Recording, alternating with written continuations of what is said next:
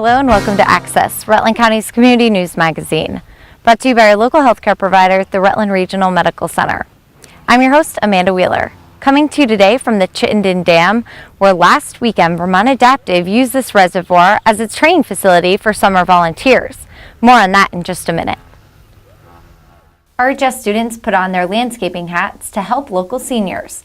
Coming up in this week's senior segment, we explore how Rutland High's YES program is benefiting homeowners who need a little help cleaning up their properties.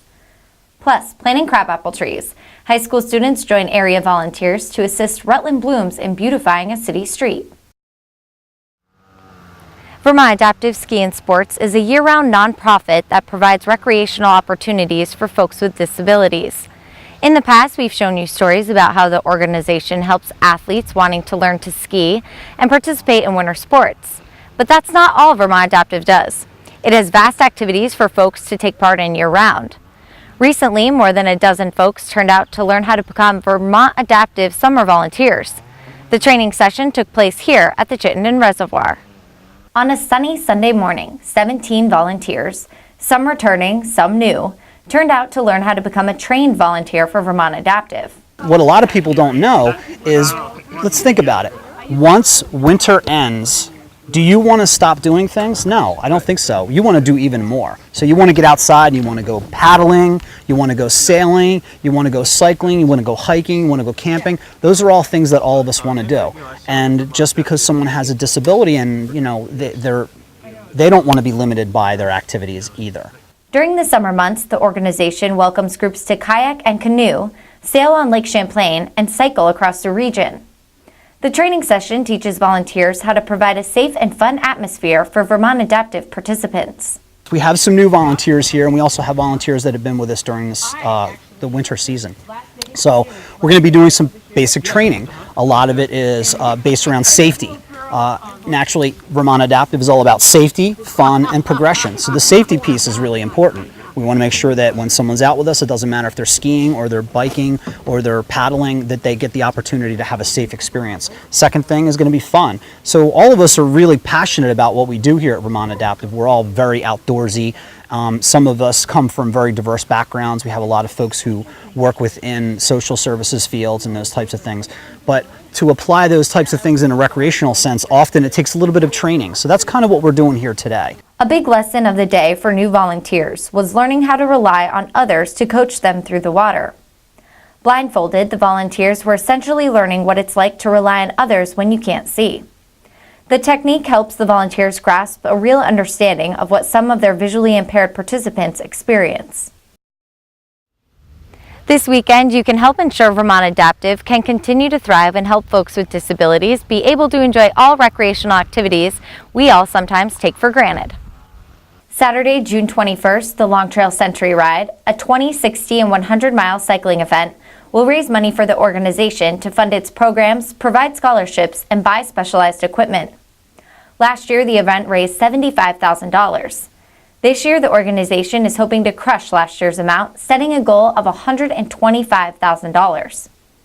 Last year, hundreds of cyclists entered the event. You can view course maps, donate, or register to participate right now online at longtrailcenturyride.com. The event is Saturday, June 21st. All 3 courses begin and end at Long Trail Brewery in Bridgewater, with a fun after-party planned with live entertainment, a magician, and barbecue. Everyone is invited to the après ride, even if you can't ride in the cycling event. The second section of Rutland's Creek Path project is now open. The project has 5 sections that connect Rutland's Georgetti Park to the College of St. Joe's. The Creek Path is part of Rutland's revitalization project. Steve Costello of Green Mountain Power is one of the driving forces behind the project and knows firsthand what a walking and bike path like this can do for a community. Having grown up in Burlington, Costello has logged thousands of miles on the bike paths by the waterfront. Bike paths draw thousands of people to communities, not just the people who live in them, but people who are traveling. It's something that when I travel, I always look to see if there's a bike path in the community I'm going to, because it's just a great way to learn about the community, to see the community really quickly and easily without having to drive all over the place and get some exercise at the same time. I've seen chalk drawings on the first, I've seen daycare, walking along. I've seen some seniors. I've seen teenagers on skateboards and hanging out and fishing. I've seen all types of people, families, mothers with strollers, pushing kids. It's just great. Rutland has used 2 different grants to help with the engineering and construction phases of this project, along with capital financing through fundraising efforts. Schreibman says the engineering part of Phase 4 is underway and hopes construction will begin this fall or next spring. Governor Peter Shumlin is using a Rutland home to highlight advancements in energy efficiency. Last week, the governor traveled to Rutland to showcase the E-Home on Baxter Street. The 100-year-old home was updated over the past few months with updated technology, insulation, and a cold climate heating pump. The governor used the Baxter Street home as the backdrop to sign a new energy efficiency bill passed by the legislature. And I'm so excited to be in Rutland today, which is really the center, the epicenter of the evolution of the energy revolution that's going to allow us to do both efficiency and energy differently, lead to a better quality of life, a more prosperous future, and most importantly, a more prosperous planet going forward. Governor Shumlin highlighted Vermont's 13% reduction in energy usage in 2013, thanks to the state's investment in renewable energy. Investing in e-homes is just one way the city of Rutland is looking to clean up its image and appearance.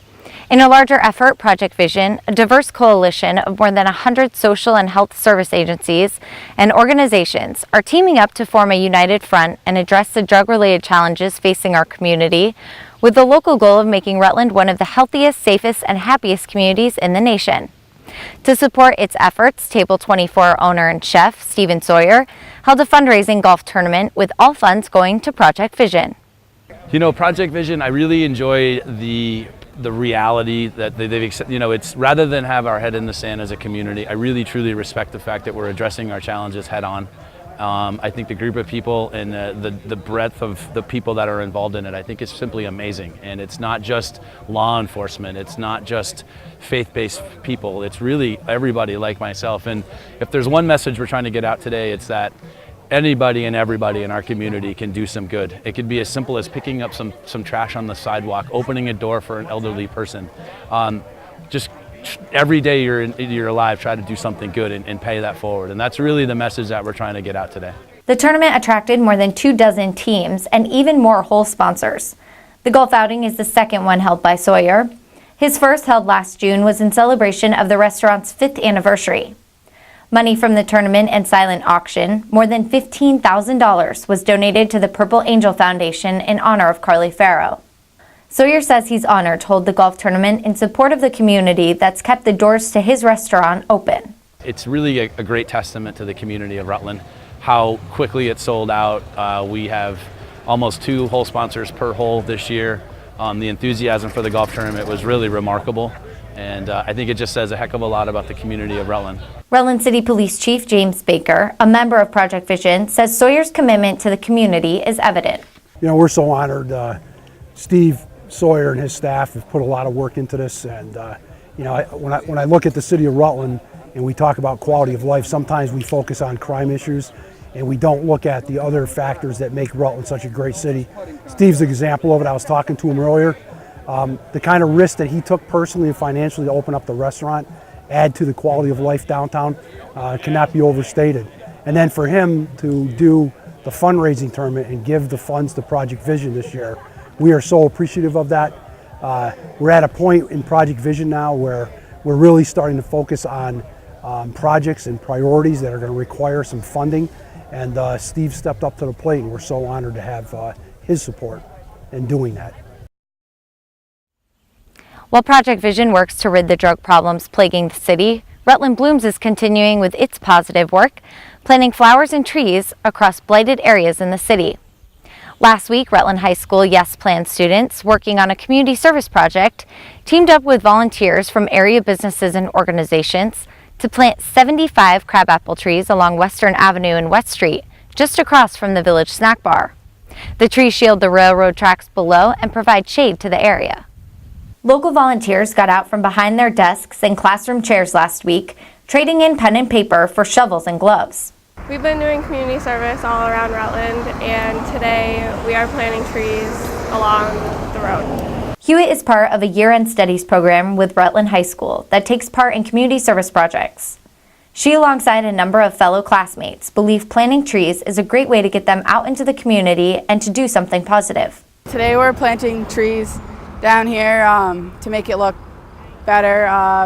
My Yes Plan has been going around Rutland and just making everything better, doing little things like planting, gardening, and helping. We helped a lady on Cleveland Ave, and she just to see her face after we helped her, she was really thankful for it. And community service it's a good thing to have, so it's rewarding. For Molly Ward, getting out of the classroom and into the city is a great experience. It means to me I'm doing something for a good cause and helping people out that need it.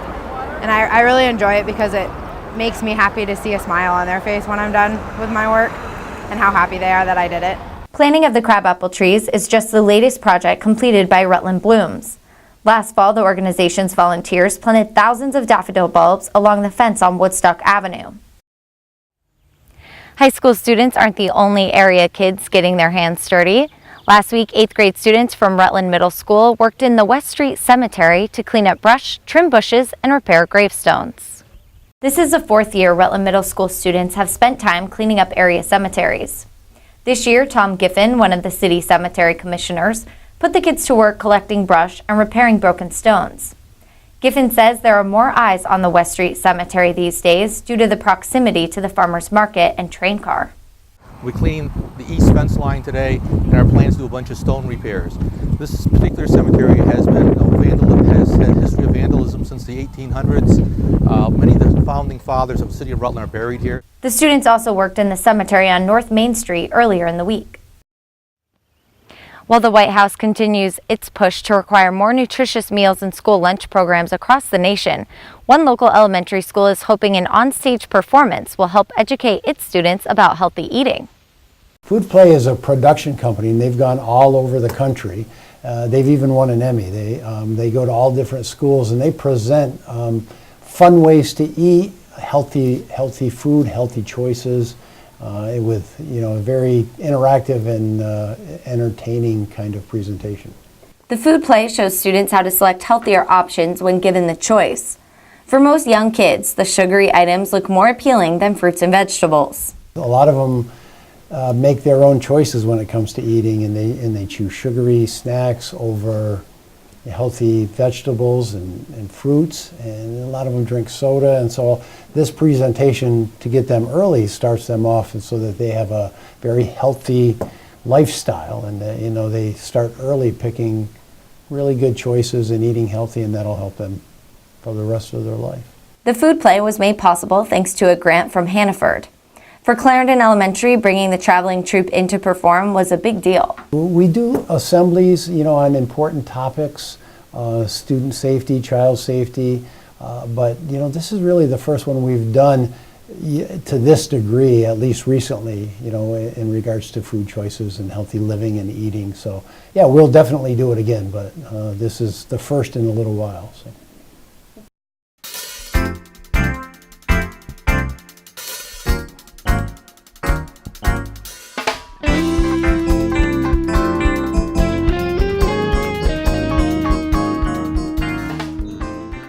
Kayla and Elizabeth are back with us this week in Garden Variety. Hi, and welcome back to Garden Variety. We're here back in the garden today, and we thought that we would go over a little bit of our garden plan that we did.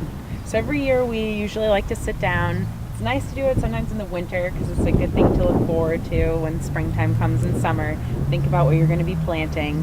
And I'm lucky that I have a garden partner who's incredibly meticulous and a talented artist. So she has drawn us a beautiful map that illustrates our plan of where we're going to plant each crop and helps us think out what it is exactly that we want to be growing.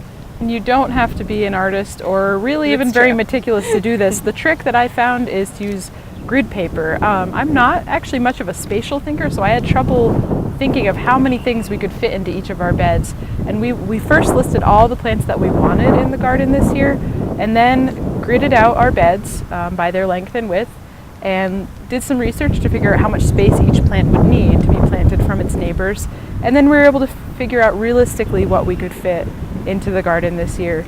And thinking about intercroppings and things that work well together really was a fun way. And also certain specialty beds. We have a delicious soup bed with our potatoes and leeks and carrots. And so we've done some interesting groupings. But maybe this could give you an idea of how to plan out your best use of space this year.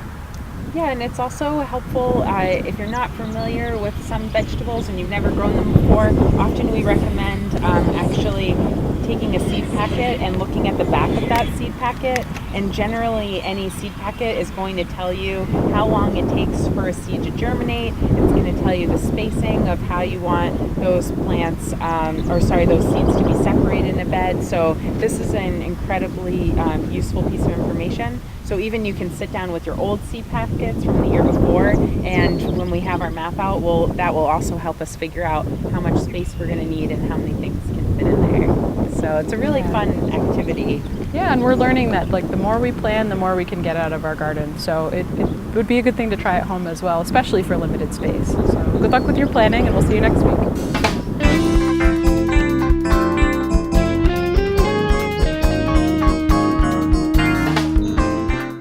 High school students were encouraged last week to opt out of graduation parties and opt in to Project Graduation at the Pico Sports Center. Thursday night, after the caps and gowns were taken off, the class of 2014 from Rutland High School was invited to have one more night together as a class before heading off in separate directions. This year's Project Graduation had events planned all night from 9 o'clock in the evening until 5 o'clock the following morning. With the pool open, a bungee run, jousting, character drawings, casino games, and loads of free food, this year's graduating class had plenty to keep them busy. In an effort to get our kids together one more time before they go their separate ways, and also an opportunity to provide them with a safe entertainment, drug, alcohol free. So a lot of kids here having a good time tonight. A photo booth was placed at the Pico Sports Center for the evening so kids could take memorable pictures with their classmates. Rutland Young Professionals have a fun evening planned for its next mixer, a bonfire at the Mountaintop Inn. The most recent mixer, held at the Leahy Conference Center at the Rutland Regional Medical Center, brought new faces to the event. Secretary of the group, Sarah Gilbert, credits the hospital's good publicity and outreach to the community. The monthly mixers were created last July to connect people and strengthen the community. Every mixer features a guest speaker as the evening's highlight. Vermont Commissioner of Health Harry Chen was the most recent speaker, talking about the foundational framework of public health and how individuals can stay healthy. As a father of 3 who raised his kids in Rutland, he knows firsthand about this community and how staying involved can be beneficial. I think back to when I first moved to Rutland, when I was about 36. There was nothing like this. So I'm delighted that somebody's organized it to have a community of young people who are starting their careers or in the middle, starting to escalate in their careers, starting to build families. I think it's a great opportunity to both talk to them a little bit about health, about public health, and about leadership and careers and families, but also for them to form a community that can really address some of the problems and issues that face Vermont in general and the nation. The Rutland Young Professionals hope the monthly mixers are a way to introduce new people in the community to others and help them feel plugged into what's going on and how they can take part.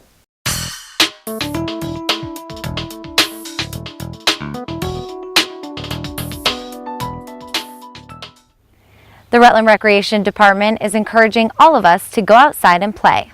To help fuel that mission, it's holding Walk, Run, Wag 5K at the College of St. Joe's next Tuesday. The fun walk run is designed to get families and pets out together. Dogs that take part in the 5K must be leashed to join. Walk, Run, Wag is Tuesday, June 24th at 6:30 p.m. The race begins behind the gymnasium. The course is well marked for those new to the 5K evening fun run. Green Mountain National golf professional Dave Soucy is back with us with some short game tips to help improve all of our games.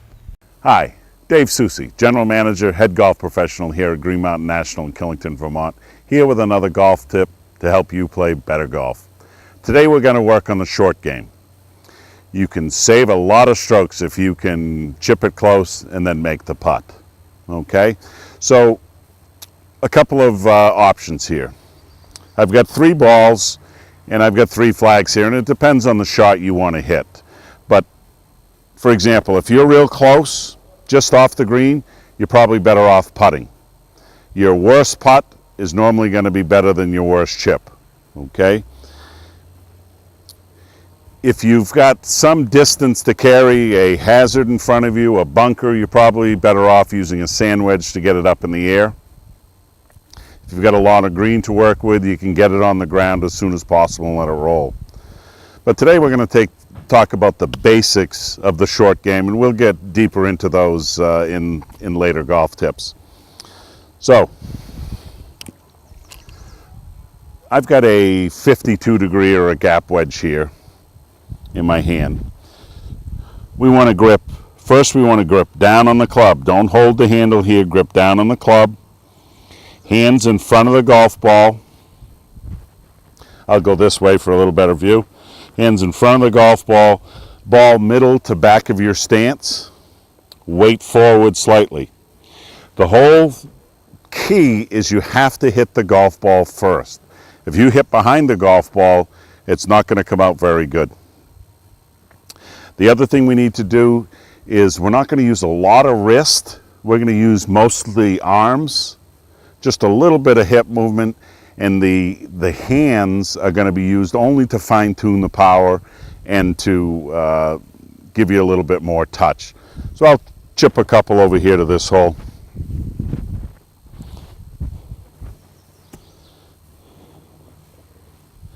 I always advocate taking 1, 2, 3 practice chips before you, because you're trying to get the feel. How hard do I have to hit this to go this distance? Soft grip.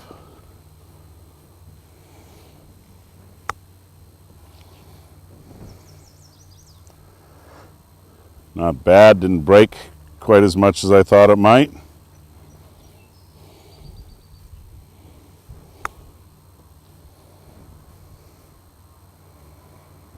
Even I can make both of those. So, short game, here are the keys, okay? Narrow your stance a little bit. Grip down on the club. Hands forward.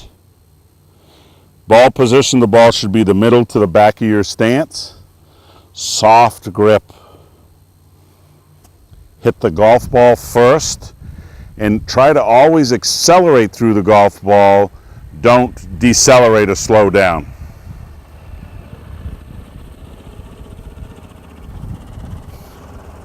And what I mean by that is, don't take a big backswing and then stop. It's a shorter backswing, accelerate through. If you put those to your short game, I guarantee you're going to play better golf.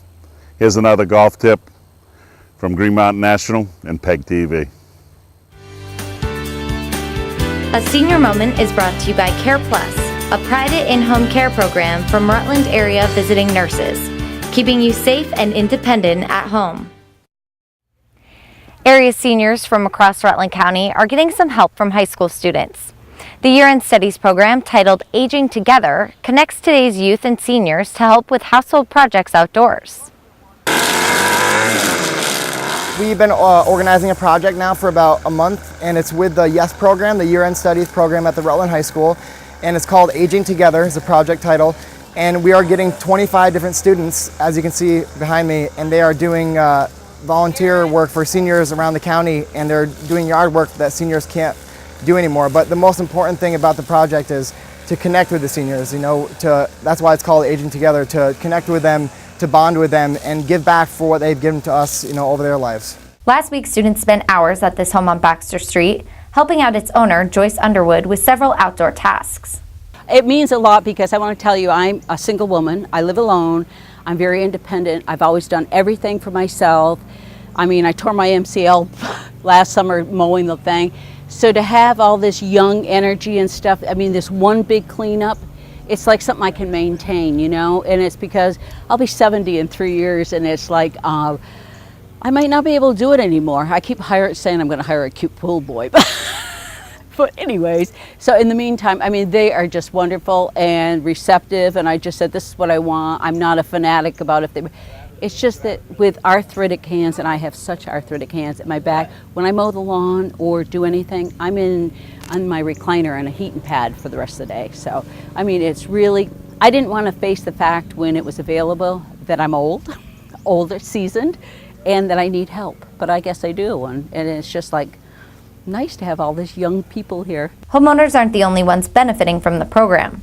I'm getting to be able to go out in the community and help the elderly with their homes, with their garden work that they can't do at this age, and it's a great experience. I'll be majoring in music therapy, so I'll be working with some elderly people, which is a great opportunity. The outdoor projects did more than teach kids how to mow and plant.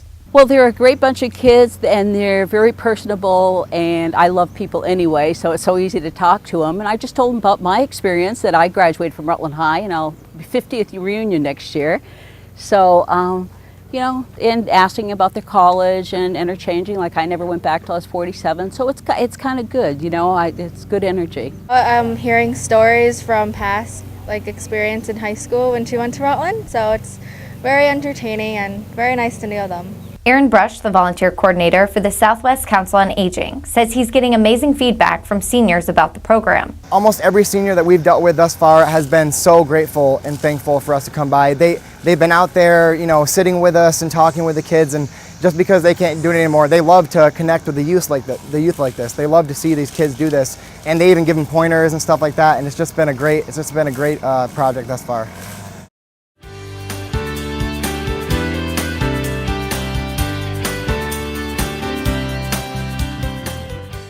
That's going to do it for us today. If you have a story idea you'd like to share, send an email to awheeler@pegtv.com or call 747-0151. Wonder Feet Kids Museum wants to expand. It's planned to take over upstairs next week on Access. Plus, Benson students invite us to the ribbon cutting of the walking trail they've created for the community. Until next time for Access from Chittenden, I'm Amanda Wheeler. Take care.